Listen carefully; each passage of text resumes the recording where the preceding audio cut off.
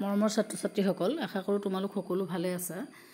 যিহেতু তোমালোকে already second ছেমিষ্টাৰৰ পৰীক্ষা দি শেষ কৰিলা, এতিয়া তোমালোকৰ থাৰ্ড ছেমিষ্টাৰৰ ক্লাছবোৰ লাহেকৈ আৰম্ভ হ'ব। গতিকে মই থাৰ্ড ছেমিষ্টাৰ যিহেতু ইকনমিক্সৰ মেজৰ দুখন পেপাৰ লাগে তোমালোকক, ছেকেণ্ড পেপাৰখন যিখন Indian economy trends in economic ইণ্ডিকেটৰ্ছ, তাৰ 3 নম্বৰ যিটো ইউনিট পভাৰ্টি এণ্ড ইনইকুৱেলিটিৰ ওপৰত কেইটামান টপিক, বিশেষকৈ পভাৰ্টিৰ ওপৰত তোমালোকক কেইটামান ষ্টাডি মেটেৰিয়েল দিবলৈ আগবাঢ়ি আহিছোঁ আৰু লগতে বুজাই দিবলৈ বিচাৰিছোঁ। আশা কৰোঁ তোমালোকে চাবা আৰু বুজিবলৈ চেষ্টা কৰিবা। এতিয়া চোৱাচোন, তোমালোকৰ যিহেতু এই পেপাৰখন অলৰেডি মই কিন্তু এই চিলেবাছকেইখন তোমালোকক দিলোঁ। মেজৰত কেইখন পেপাৰ লাগে আৰু হোল চিলেবাছ তোমালোকক দিয়া হৈছে, তোমালোকে চাগে চাইছা। যদিও নাই পোৱা তোমালোকে চাই ল'বা। তোমালোকৰ দুখন মেজৰ পেপাৰ লাগে আৰু যিখন ছেকেণ্ড পেপাৰ সেইখন Indian economy trends in economic ইণ্ডিকেটৰ্ছৰ যিটো 3 নম্বৰ ইউনিট, সেই 3 নম্বৰ ইউনিটটোত চোৱাচোন কি আছে। ইয়াত 12 মাৰ্কছ আহিব এই ইউনিটটোৰ পৰা, আৰু ইয়াত টোটেল ইউনিটটো দিয়া আছে পভাৰ্টি এণ্ড ইনইকুৱেলিটি। মই উজু এটা ইউনিটে আৰম্ভ কৰিছোঁ যাতে তোমালোকে প্ৰথমে সহজ পোৱা। যিহেতু পভাৰ্টি আৰু ইনইকুৱেলিটিৰ ওপৰত, দৰিদ্ৰতা আৰু অসমতাৰ ওপৰততো সকলোৱে জানাই, ইমান জটিল এটা বিষয় নহয়, সকলোৱে জানি আহিছে।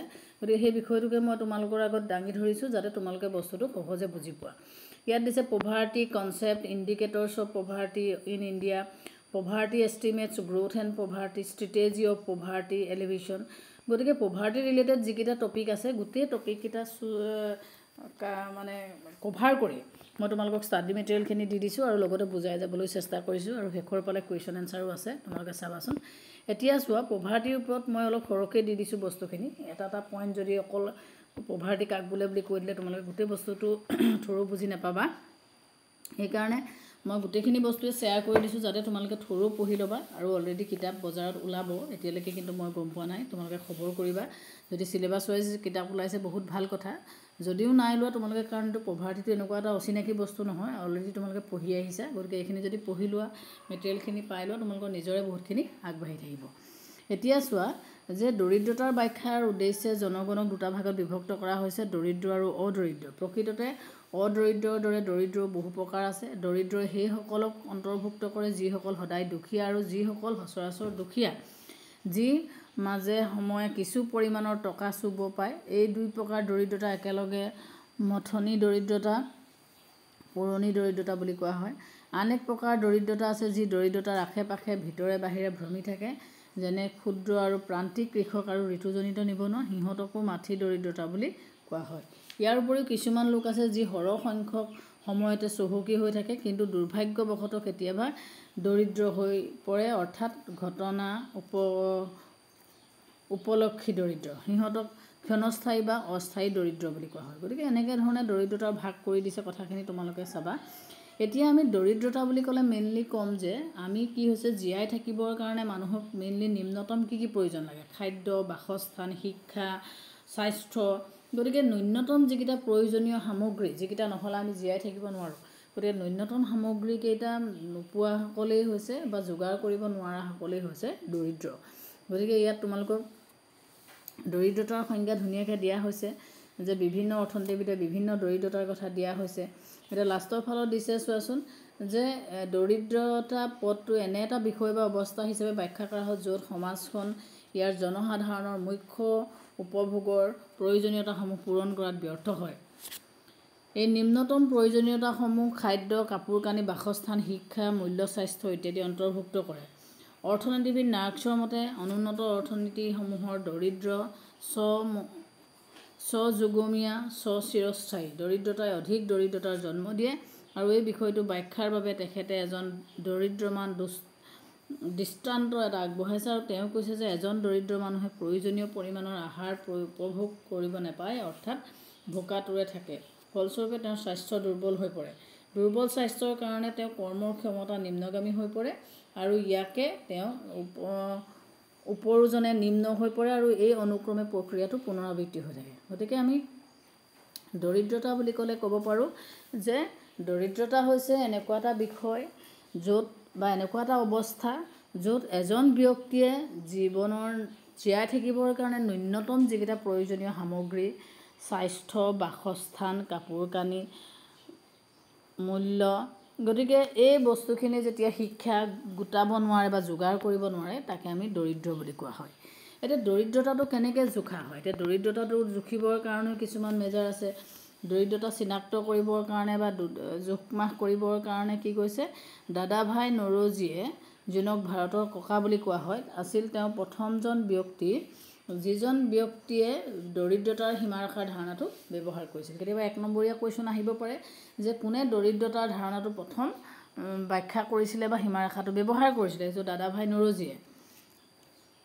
আৰু দাদাভাই নৰোজীয়ে কি হৈছে, কাৰাগাৰত কয়দীৰ জীৱন নিৰ্বাহৰ ব্যয় নিৰ্ধাৰণৰ বাবে উপযুক্ত চলিত দৰ ব্যৱহাৰ কৰে। আৰু যিহেতু কাৰাগাৰত কেৱল প্ৰাপ্তবয়স্ক লোক আছিল, সেইবাবে তেওঁ ইয়াক শিশুৰ জনসংখ্যাৰ বাবে উপযুক্ত হোৱাকৈ ঠিক ঠাক কৰি দিয়ে। গতিকে প্ৰথমে দৰিদ্ৰতাৰ জোখমাখটো দাদাভাই নৰোজীয়ে আৰম্ভ কৰিছিলে আৰু পিছলৈ 1979ত ন্যূনতম প্ৰয়োজনীয়তা আৰু সক্ৰিয় উপভোগ চাহিদা প্ৰকল্প নিৰ্ধাৰিত কৰ্মশক্তি নামৰ সংস্থা এটা গঠন কৰা হৈছিল। আৰু একেটা উদ্দেশ্য সাধনেৰে 1989ত বিশেষজ্ঞ আৰু অভিজ্ঞৰ সংস্থা গঠন কৰা হৈছিল। বৰ্তমান ভাৰতৰ দৰিদ্ৰতাৰ সীমাৰেখাৰ ব্যক্তিগত উপভোগ ব্যয়ৰ ভিত্তি ব্যাখ্যা কৰা হৈছে আৰু যিটো প্ৰয়োজনীয় পৰিমাণে কেলৰি যোগান ধৰিব পৰা খাদ্য সম্ভাৰখিনি ক্ৰয়ৰ বাবে অপৰিহাৰ্য হয়। গতিকে এইখিনি কেনেকৈ আৰম্ভণিটো হৈছিলে সেই কথাখিনি তোমালোকক কোৱা হৈছে যে দৰিদ্ৰতা নিৰ্ধাৰণৰ কাৰণে কেলৰি হিচাপ কৰা হয়। আৰু সেই কেলৰি হিচাপটো কি হৈছে, বৰ্তমান কি হৈছে, পুষ্টিকৰ প্ৰয়োজনৰ বাবে মুঠ কেলৰিটো কি দিছে, এইটো এটা হিচাপটো ৰাখিবা যে 2400 কেলৰি আৰু 2100 কেলৰি। যিসকল লোকে দৈনন্দিন এই ন্যূনতম গড় কেলৰি বহন কৰিব নোৱাৰে তেওঁলোকক দৰিদ্ৰতা সীমাৰেখাৰ তলত নিৰ্ধাৰণ কৰা হয়। গতিকে 2400 কেলৰি ইয়াত দিয়া হৈছে যে গ্ৰাম্য আৰু নগৰ অঞ্চলৰ বাবে জীয়াই থাকিবৰ কাৰণে দৈনিক ন্যূনতম পুষ্টিকৰ প্ৰয়োজনীয় আহৰি, মানে গ্ৰাম্য অঞ্চলৰ কাৰণে কিমান লাগিব, 2400 কেলৰি আৰু নগৰ অঞ্চলৰ কাৰণে 2100 কেলৰি লাগিব। আৰু এইটো যিসকলে দৈনন্দিনভাৱে কেলৰি গ্ৰহণ কৰিব নোৱাৰে তেওঁলোককে দৰিদ্ৰ সীমাৰেখাৰ তলত অন্তৰ্ভুক্ত কৰা হৈছে। গতিকে সেই পইণ্টটো তোমালোকে আণ্ডাৰলাইন কৰিবা, সেই বস্তুটো খুব ইম্পৰ্টেণ্ট বস্তু। গতিকে গোটেই বস্তুখিনি তোমালোকে ডিটেইলছ পঢ়িবা, তেতিয়া খুটি নাটি মাৰি গোটেই বস্তুখিনি তোমালোকে বুজিব পাৰিবা। তাৰপাছত দৰিদ্ৰতা কি হৈছে, দুটা ভাগত ভাগ কৰা হৈছে, এটা পৰম দৰিদ্ৰতা আৰু এটা হৈছে আপেক্ষিক দৰিদ্ৰতা।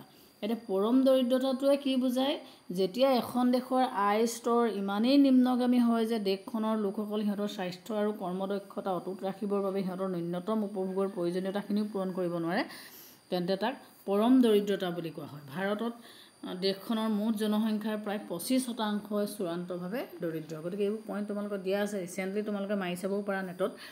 আৰু আপেক্ষিক দৰিদ্ৰতা হৈছে এটা তুলনামূলক দৰিদ্ৰতা। এটা আপেক্ষিক দৰিদ্ৰতাটো কি হৈছে, যেতিয়া বিভিন্ন লোকৰ আয় তুলনা কৰা হয় তেতিয়া তাক মানে কি হৈছে, পাওঁ যে কিছুমান লোক আনসকলতকৈ অধিক দৰিদ্ৰ, তেতিয়া ইয়াক আপেক্ষিক দৰিদ্ৰতা বুলি কোৱা হয়।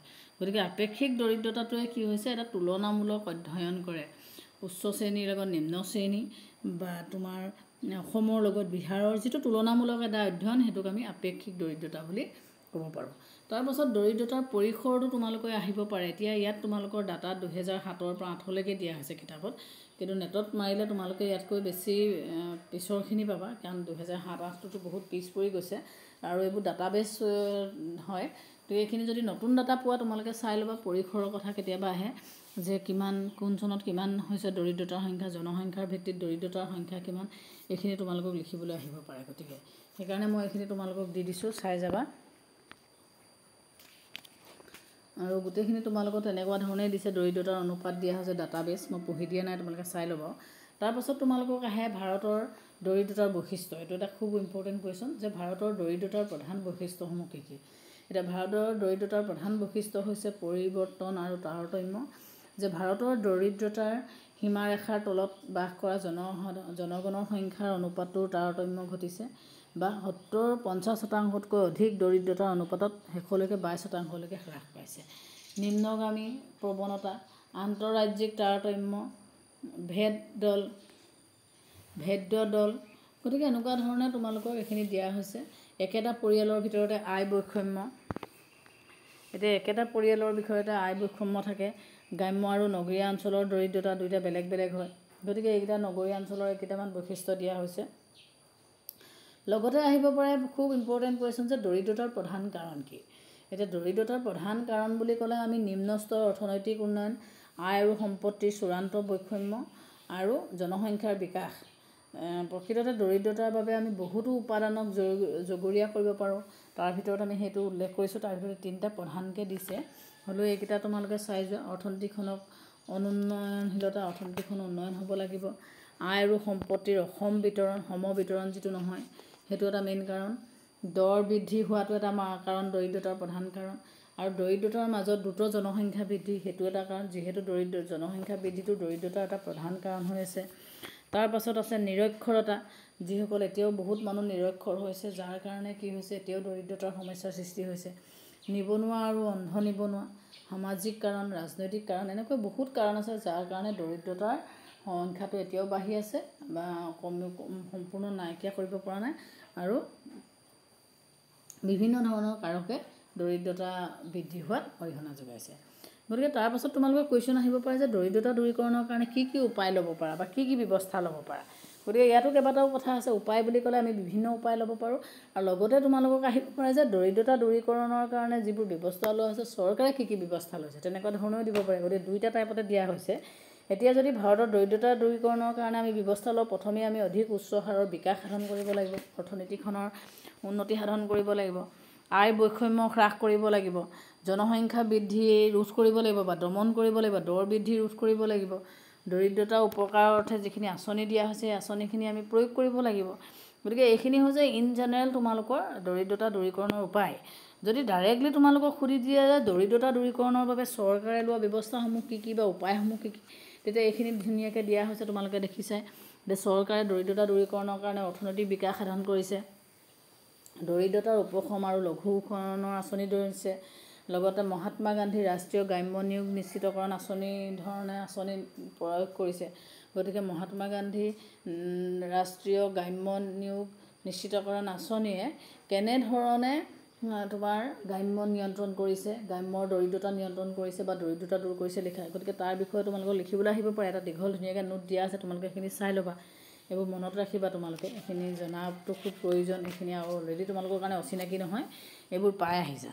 তাৰপাছত স্বৰ্ণ জয়ন্তী, গ্ৰাম্য স্বৰোজগাৰ যোজনা, তাৰ বিষয়ে আহিব পাৰে। পইণ্টখিনি তোমালোকে লিখিবা। ইয়াত যিমান আছে গোটেইখিনি যে লাইন বাই লাইন লিখিব লাগিব এনেকুৱা কথা নাই।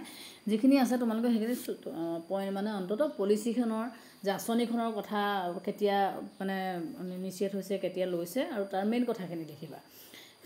ৰাষ্ট্ৰীয় খাদ্য কৰ্ম আঁচনি, স্বৰ্ণ জয়ন্তী, চহৰীয়া ৰোজগাৰ যোজনা, নিম্নতম প্ৰয়োজন আঁচনি, বহুত আঁচনি আছে। গতিকে প্ৰত্যেকখিনি লিখি তোমালোকে শেষ কৰিব নোৱাৰা, কিন্তু জাষ্ট তোমালোকে নামটো মনত ৰাখি সেই আঁচনিখনৰ মেইন কথাটো উল্লেখ কৰিবলৈ চেষ্টা কৰিবা।